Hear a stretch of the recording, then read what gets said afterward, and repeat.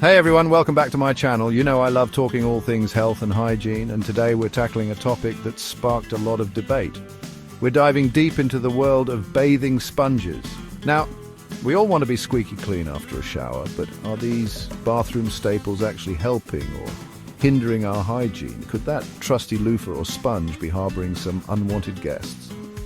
We're going to explore the medical facts and give you practical hygiene tips to make sure you're getting clean the right way. We'll uncover the potential risks associated with sponges, from bacterial growth to skin irritation, and I'll give you my expert opinion on whether they deserve a place in your shower routine. Don't worry, I'll also share some safer alternatives and hygiene practices to keep you feeling fresh and confident. So if you're ready to learn the truth about bathing sponges and how to stay clean and healthy, stick around for this deep dive.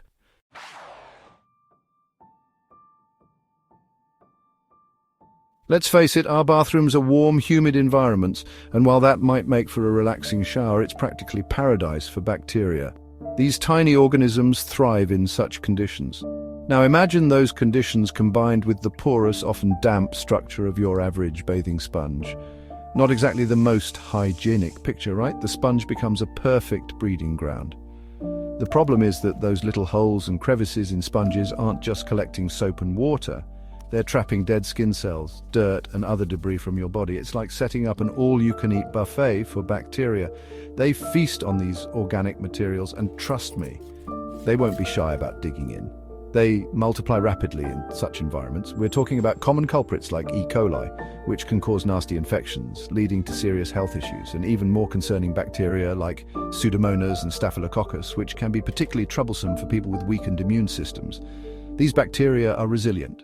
The longer a sponge stays damp and full of these organic materials, the more time these microorganisms have to multiply and potentially cause problems. They thrive in such conditions. So while you might think you're scrubbing away the day's grime, you could actually be spreading around a whole lot of unwanted guests. These bacteria can transfer to your skin.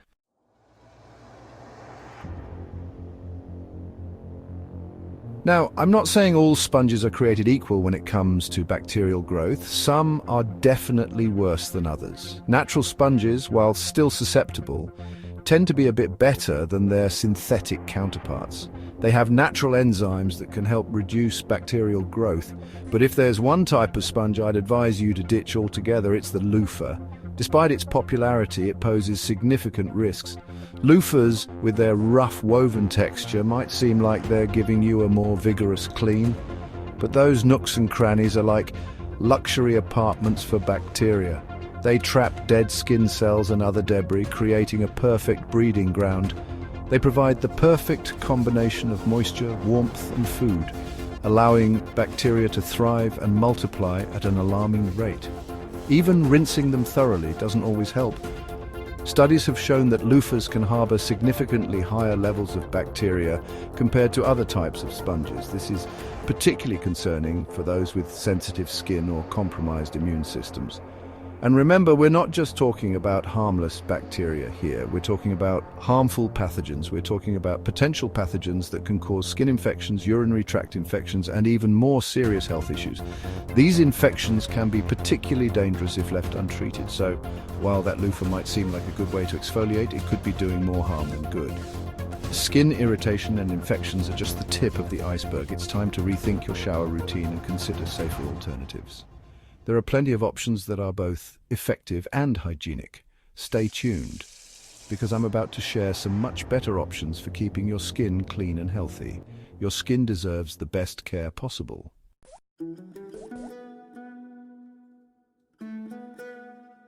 So we've talked about the invisible dangers lurking in your shower sponge, but what about the visible effects on your skin? You might think a good scrub is essential for smooth, healthy skin, but using a sponge, especially a loofah, can actually do more harm than good.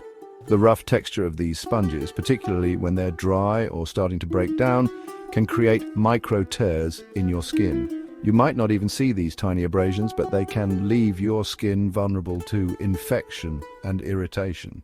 Think about it, you're essentially rubbing a breeding ground for bacteria all over your body, including those micro abrasions. It's like rolling out the welcome mat for infection.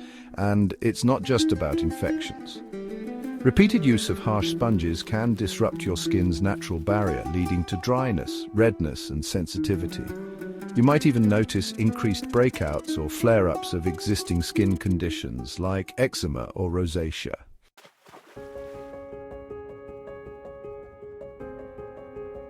Now, I know some people swear by their loofahs and claim they've never had any problems. But remember, everyone's skin is different. What might be a mild scrub for one person could be a recipe for irritation for another. It's essential to listen to your skin and pay attention to any signs of trouble. If you notice any redness, itching, burning, or unusual dryness after using a sponge, it's a clear sign that it's time to switch to a gentler alternative. And this is where I have to give credit where credit is due. Your own two hands are often the best tools for washing your body. They're naturally gentle, you can easily control the pressure, and most importantly, you can thoroughly wash your hands with soap and water to minimize bacterial transfer. So before you reach for that sponge, consider giving your skin a break and sticking to the basics. Your skin will thank you for it in the long run.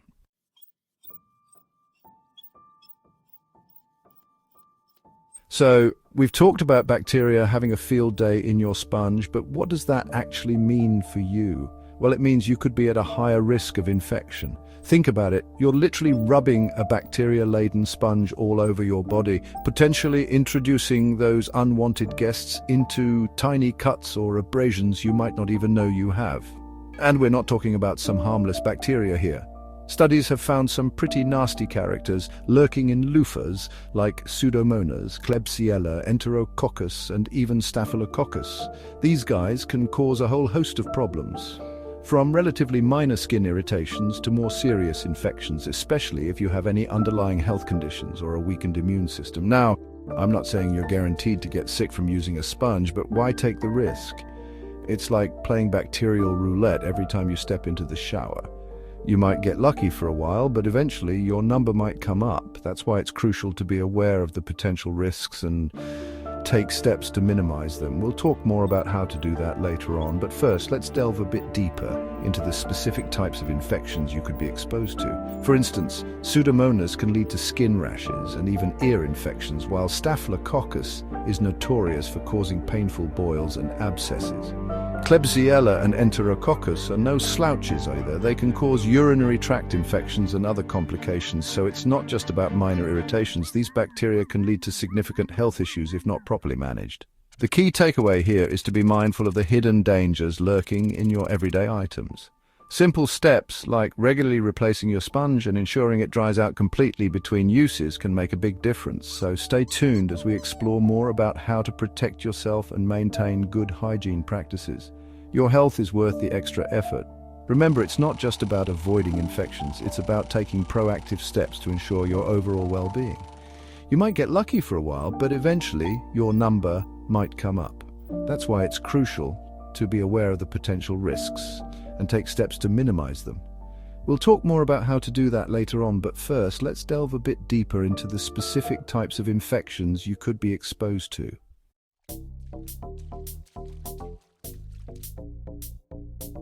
Let's talk about those unwanted guests, the bacteria that can turn your relaxing shower into a medical situation. One common culprit is Staphylococcus aureus, or staph, which can cause anything from pimples and boils to more serious skin infections like cellulitis. Then there's Pseudomonas aeruginosa, a tough bacterium that thrives in moist environments like your trusty loofah.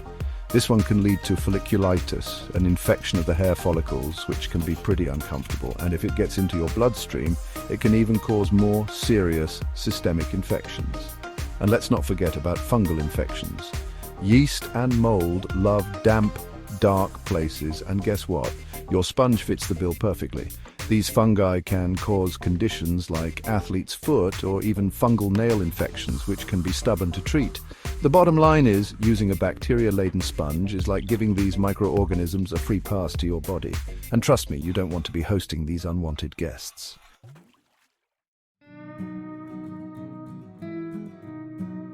Okay, so we've covered the potential downsides of using sponges. Now you might be wondering, what am I supposed to use instead? Well, the answer is simpler than you think. Your hands. Think about it, your hands are perfectly designed for washing your body. They're flexible, they can reach all those nooks and crannies, and they're much gentler on your skin than any abrasive sponge. Plus, they're readily available, no need to buy anything extra, but the best part, you can easily keep your hands clean. Just wash them thoroughly with soap and water before and after you shower, and you're good to go. No need to worry about bacteria festering in some damp sponge. Using your hands is all about getting back to basics. It's a natural, effective, and hygienic way to keep your body clean without the added risks associated with sponges.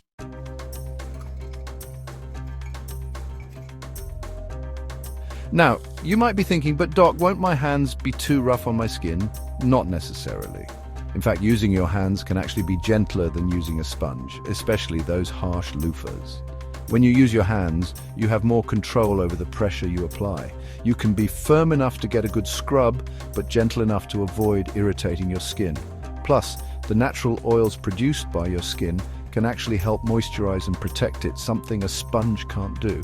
And let's not forget about the sensory experience. Using your hands allows you to really connect with your body, to feel the warmth of the water and the lather of the soap. It can be a much more mindful and enjoyable experience than just scrubbing away with a sponge. So ditch the sponge and embrace the simplicity and effectiveness of using your hands, and your skin will thank you for it.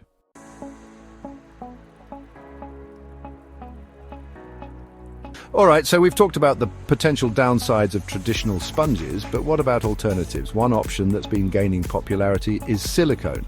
Now, unlike your typical sponge, silicone is non-porous, meaning it doesn't have all those tiny holes and crevices where bacteria love to hide.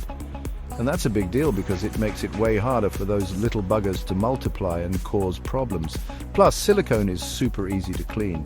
You can just rinse it off with soap and water, or even pop it in the dishwasher for a more thorough cleaning. No more worrying about those lingering germs. And here's another perk. Silicone sponges are generally hypoallergenic, which is fantastic news if you have sensitive skin. They're also much less likely to irritate your skin compared to those rough, scratchy loofahs. So, if you're looking for a gentler, more hygienic option, silicone sponges are definitely worth considering.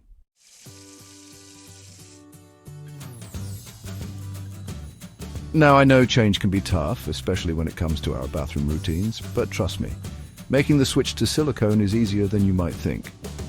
First off, they come in all sorts of shapes and sizes, so you can find one that fits comfortably in your hand and suits your preferences. And once you've found your perfect match, just use it like you would any other sponge. Lather up your soap or body wash and gently cleanse your skin. Remember though, even though silicone is more resistant to bacteria, it's still important to keep it clean.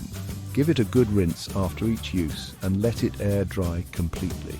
You can also sanitize it periodically with some rubbing alcohol or hydrogen peroxide just to be extra safe.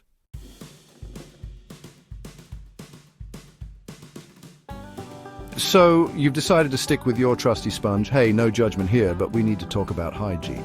Because if you're going to use a sponge, you got to know how to keep it from turning into a science experiment. First and foremost, rinse, rinse, rinse. After every single use, make sure you thoroughly rinse that sponge with clean water. And I mean really get in there and squeeze out all the soap and, more importantly, the gunk.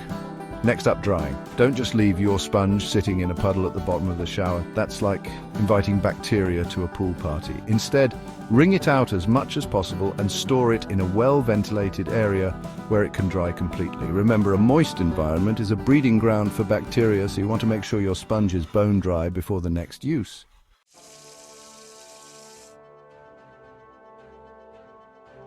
Now, rinsing and drying are essential, but you also need to give your sponge a deep clean every now and then. Think of it like a spa day for your shower companion. You can do this by soaking it in a solution of water and white vinegar or hydrogen peroxide. These natural disinfectants will help kill off any lingering bacteria and keep your sponge feeling fresh. Just make sure to rinse it thoroughly afterwards to get rid of any residual vinegar or peroxide smell. And here's a hard truth. Even with the best hygiene practices, sponges don't last forever. They eventually become worn out and less effective, and they can harbor bacteria that even a good cleaning can't eliminate. So, how often should you replace your sponge? Well, a good rule of thumb is to replace natural sponges every 3 to 4 weeks, and loofahs even more frequently, every 2 to 3 weeks. Trust me, your skin will thank you.